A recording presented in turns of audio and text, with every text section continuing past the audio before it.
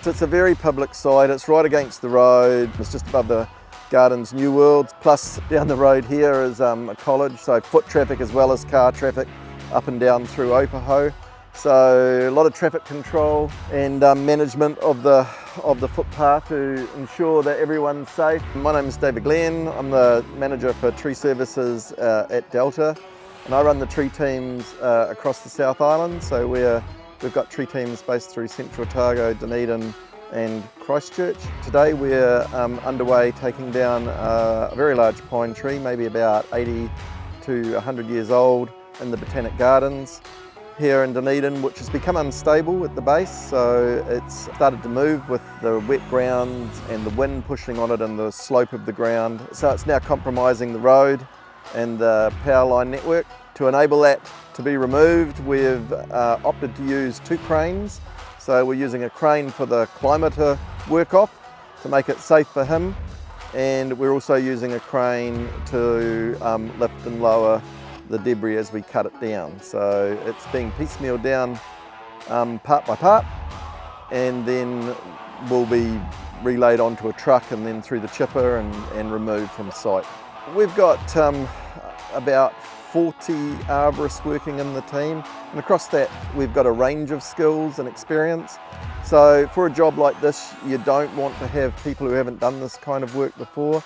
It's preferable to have a mixture of staff where some have less experience and some have more, and that way experience and skills are passed amongst the group. Leading this job is Matt Eden, who is very experienced at this type of work. But for some of the newer arborists, they'll gain the experience of working alongside that, and then in later years, no doubt, they'll be able to put those skills to use as well. So it's a good way of passing along the experience. Not something you do every day, but I mean it's something that's been on the books for a little while now, just because it has moved, so there is a danger there of it falling one day. So the call was made to take it out sooner than later, just so that risk is fully eliminated. My name is Matt Eden. I'm a utility arborist at Delta, and I've been doing this for about 13-14 years now. My role's not nearly as big as the people in the background that have organised it. Like, the amount of organising that's gone into this is insane. Like, from traffic management to the people in the actual building itself to organise that part of it. It's just been a lot of work in the background. My job's pretty simple. I've just showed up and been given the job and sort of just take over from there. But as for my part today, is just pretty much to make sure that this is done as safe as possible, which is what we're doing, hence why there's 2 cranes here and we don't have to actually tie into the tree, which is not ideally what you want to do when you know the tree's moved. We're all pretty experienced here. It's not our first crane job. You know, safety's number one. If it, you know, we wouldn't be taking the tree out if it, you know, didn't need to come out. We use all our like our PPE, which is our harness. You got spikes, chainsaws. You've got your comm units, which is one of the most important pieces to be able to communicate with myself and the guys on the ground. So it's really important, all the gear that we've got, and Delta gives us, you know, nothing but the best stuff, so we're pretty lucky. Yeah, so we pretty much, again, we communicate with the crane driver and work out what we're going to take.